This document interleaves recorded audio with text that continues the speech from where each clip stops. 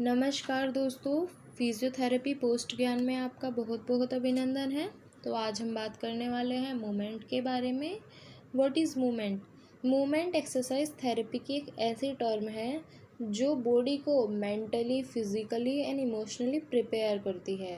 जैसे कि हमारी बॉडी का कोई भी फंक्शन लूज होता है, जैसे कि आपने सुना होगा कि बहुत से लोग कहते हैं मेरे को यहाँ पेन हो रहा है, और नी में मोस्टली होता है कि उठते बैठते वक्त मेरे को पेन आता है। तो इसलिए होता है कि वहाँ का जो फंक्शन है वो लॉस हो चुका है, उस पार्ट का यूज़ बहुत कम हुआ है। इसलिए मूवमेंट मसल्स को रीग्रेजुएट करने का भी काम करता है। तो आज हम बात करने वाले हैं उसी मूवमेंट के बारे में जो हमारी बॉडी को प्रॉपर तरीके से फिट रखता है। And anatomical term of movement. Anatomical term of movement are used to describe the action of muscles upon the skeleton. Muscles contract to produce. That mean muscles के contract होने पर ही movement produce होता है at joint.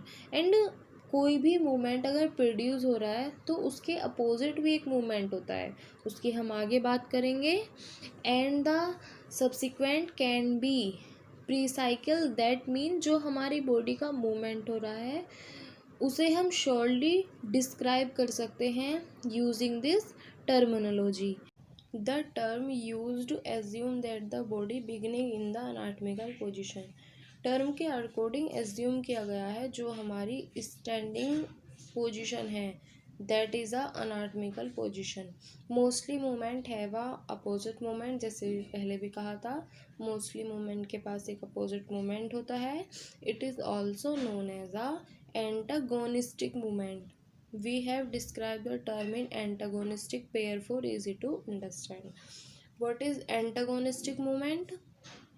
Agonist and antagonist movement often occur in the pair called as antagonistic movement, as one muscle से contract and other muscle से relax। अगर हम antagonistic की बात करें तो हम वहाँ पर मसल्स का पेयर लेते हैं जिसमें हमारी one muscles is contract and other muscles is relax। and for example antagonistic pair is the biceps and triceps। जैसे कि आप एग्जाम्पल में देख सकते हैं, biceps and triceps to contract, the triceps relax while the biceps contract to left the arm। अगर हम किसी भी चीज़ को लेफ्ट करते हैं तो जो हमारी बाइसेप्स है वो कॉन्ट्रैक्ट होगी और ट्राइसेप्स रिलैक्स होगी। एंड अपोजिटली अगर हम अपने आर्म को स्ट्रेट करते हैं तो जो हमारी ट्राइसेप्स है वो कॉन्ट्रैक्ट होगी एंड बाइसेप्स रिलैक्स होगी। तो ये हुई हमारी अनाटमिकल term of movement.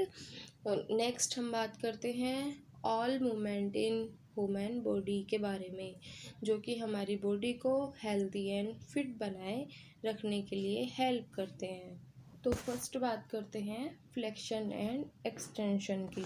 Flexion and extension. Flexion and extension are movement that occur in the sagittal plane. That mean जो हमारा फ्लेक्शन एंड एक्सटेंशन होता है वो सजाइटल प्लेन में होता है। Sagittal plane, what is sagittal plane? Sagittal plane, it is also known as a longitudinal plane, and it is the perpendicular to the ground and divide the body into two parts, left and right. They refers to increase and decrease the angle between two body parts। जो हमारा flexion और extension है वो angle को decrease and increase करता है between two body parts. तो first हम बात करते हैं फ्लेक्शन की। Flexion refers to a movement that decrease the angle between two body parts. Flexion है वो डिक्रीज करता है एंगल को between two body parts. And flexion, अगर हम एल्बो का फ्लेक्शन करते हैं तो decrease the angle between the ulna and humerus. अगर हम फ्लेक्शन करते हैं एल्बो का तो वहाँ हमारा एंगल डिक्रीज होता है between ulna and humerus. And when the, अगर हम नी को फ्लेक्स करते हैं तो वहाँ हमारी एंकल मूव करती है। एंकल मूव होने पर हमारे टीबिया और फीमर के बीच का एंगल डिक्रीज होता है। नेक्स्ट बात करते हैं एक्सटेंशन की। Extension refers to a movement that increase the angle. यहाँ एंगल इंक्रीज होगा between two body parts. And example अगर लें एल्बो जॉइंट, अगर हम एल्बो जॉइंट का एक्सटेंशन करते हैं तो ह्यूमरस और अल्ना के बीच का एंगल इंक्रीज होगा। And same as extension of knee straight the lower limb, जैसे कि आप डायग्राम में देख सकते हैं, it is a straight position that is knee extension and then elbow extension. Next is adduction and abduction. Adduction and abduction are two terms that are used to describe movement toward or away from the midline of the body. That means कोई एक toward the midline होगा and next is away from the midline. तो first है adduction. Adduction is movement away from the midline. Adduction away from the midline होगा, मतलब body से दूर होते हुए। रेज योर हैंड, जैसे आप एग्जाम्पल में देख सकते हैं, just add adduction someone is to take them away. For example adduction of the shoulder, raise the arm out to the side of the body, that is outside of the body and then raise your hand. This is a adduction. Next is abduction. Abduction is the movement of a body part toward the body midlines. ये adduction, adduction means add करना, जैसे कि आप word से ही समझ सकते हैं, adduction means add करना। तो ये हमारे toward the body होगा, जैसे कि आप एग्जाम्पल में देख सकते हैं। then arm,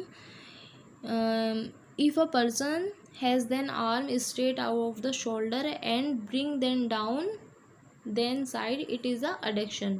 ऐसे ही forefinger और toe adduction bring the digit toward the center of the hand or foot.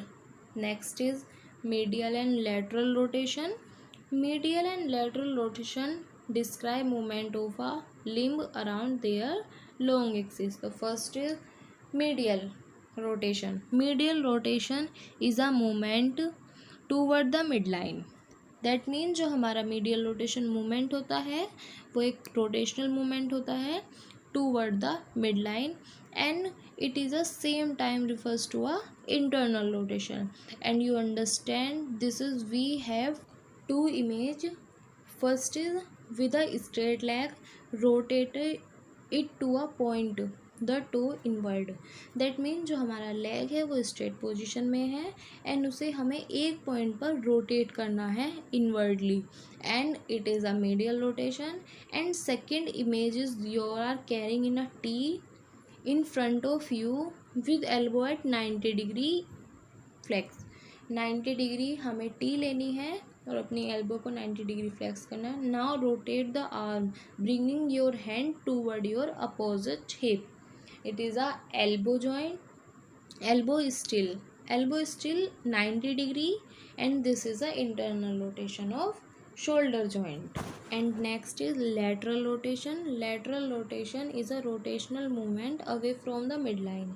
This is the opposite direction to the movement described above. That means जो हमारा medial rotation होता है उसका ही opposite होता है हमारा lateral rotation, जैसे कि आपको डायग्राम में दिखाया गया है। lateral rotation away from the body and medial rotation toward the body, that is midline. and ऐसे ही hip joint का दिखाया गया lateral direction and medial direction. Next आता है हमारा elevation and depression. Elevation refers to a movement in the superior direction. जो हमारा elevation होगा वो सुपीरियर डायरेक्शन में होगा, and depression is a movement is inferior direction. Example ले सकते हैं हम इसका शोल्डर श्रग, जैसे कि आप सेकेंड वाले एग्जाम्पल में देख रखे हैं उसमें हम शोल्डर श्रग की बात कर रहे हैं, that is scapula. Elevation is the movement of the bone upward such as shrugging the shoulder, lifting the scapula। अगर हम स्कैपुला को लिफ्ट कर देते हैं तो this is a elevation. And depression is the opposite of elevation. जो हमारा depression होता है वो अपोजिट होता है एलिवेशन के, जैसे कि आप फिंगर वाले डायग्राम में देख सकते हैं। अगर हम फिंगर को दूर ले जाते हैं और फिर उसे पास लाते हैं, it is a opposite direction होगा। And involve moving the bone downward, such as after the shoulder are shrugging and the scapula return to their normal position from an elevation position। जब हमारी स्कैपुला एलिवेशन पोजीशन से normal position में होती है, that is depression position. ये हुआ हमारा depression and elevation. Next हम बात करते हैं dorsiflexion and plantar flexion. Dorsiflexion and plantar flexion are term use to describe movement at the ankle. जो हमारा normally dorsi and plantar flexion होता है वो एंकल जॉइंट पर होता है, and they refers to the movement surface of the foot, the dorsi, and then the second one is plantar flexion. Dorsi flexion की अगर बात करें, dorsi flexion refers to flexion at the ankle so that the foot point move superiorly। Dorsiflexion of the hand is a confusion term. जो हमारी dorsiflexion है वो थोड़ा confusing term है, and so is really use. The dorsiflexion of hand, अगर हम hand का dorsiflexion करते हैं इज़ द पोस्टीरियर सरफेस पर, and so movement in the direction in extension, ये हमारा एक्सटेंशन की डायरेक्शन में होगा। जैसे कि आप डायग्राम में देख सकते हैं, ये बिल्कुल ही एक्सटेंशन, जैसे हम रिस्ट जॉइंट का एक्सटेंशन करते हैं ऐसे ही होगा। And then it is a ankle dorsiflexion. And next is plantar flexion. Plantar flexion refers extension at the ankle so that the foot point inferiorly similar. There is a term for the hand which is plantar flexion। Plantar flexion जैसे कि आप diagram में देख सकते हैं, dorsiflexion and plantar flexion, ankle का भी dorsiflexion and plantar flexion. Next हम बात करते हैं इन्वर्जन एंड इवर्जन की। Inversion and eversion are movement which occur at the ankle joint, ये हमारा एंकल जॉइंट पर होगा, and to the rotate of the foot around its, जो रोटेट होगा वो अराउंड इट्स लॉन्ग एक्सिस पर होगा। And first is inversion. Inversion involve the movement of the sole toward the medial plane. That means sole, जो हमारा foot होता है उसके जो बीच में गैप होता है ना, उसे हम सोल कहते हैं। Sole that is medial plane, medial plane की side, so that the sole facing in the medial direction, वो थोड़ा इन्वर्जन दैट मीन थोड़ा ऊपर की तरफ उठेगा, it is a inversion. And ऐसे ही eversion involve the movement of the sole away from the mid line होगा, and so that the it is a lateral direction में होगा। इन्वर्जन हमारा मीडियल डायरेक्शन में होगा, एंड देन इवर्जन हमारा lateral direction में होगा, जैसे कि आप डायग्राम में देख सकते हैं। सो नेक्स्ट हम बात करते हैं सर्कमडक्शन की। Circumduction can be define as a conical movement of a limb, conical movement भी कह सकते हैं हम। Extendedly from the joint at which the movement is control, ये हमारे काफ़ी सारे मूवमेंट को कंट्रोल करता है, जैसे flexion, extension, adduction and abduction. It is sometime talking about the circular motion, इसे हम सर्कुलर मोशन भी कह सकते हैं, बिकॉज इसमें मैनी मूवमेंट्स होते हैं, and but is more accurately conical due to the cone forming by the moving limb. जब हमारा लिम्ब मूव करता है तो एक कॉन की तरह लगता है, जैसे कॉनिकल होता है ना, इसलिए हम इसे कॉनिकल एंड सर्कुलर मोशन भी कह सकते हैं। जैसे कि आप डायग्राम में देख सकते हैं, this is a circular motion and flexion, extension, adduction and then abduction. So friend, आज हमने बात की मूवमेंट्स के बारे में, that is exercise therapy. Movements एक ऐसी टर्म है जो हमारी बॉडी को मेंटली, फिज़िकली हेल्थी, फिट बनाती है। एंड अगर हमारी किसी भी बॉडी पार्ट का फंक्शन लॉस होता है या किसी भी मसल्स या बोन या जॉइंट में कोई भी ऐसी इंजरी होती है जिससे वहाँ का फंक्शन नहीं हो पाता, तो मूवमेंट ही उसे रिग्रेजुएट करने में हेल्प करता है। सो फ्रेंड, मूवमेंट करते रहिए, एक्सरसाइज करते रहिए, फिट रहिए, हेल्थी रहिए एंड हमारे चैनल पर बने रहिएगा। सो फ्रेंड, आज के लिए इतना ही। जय हिंद, जय भारत।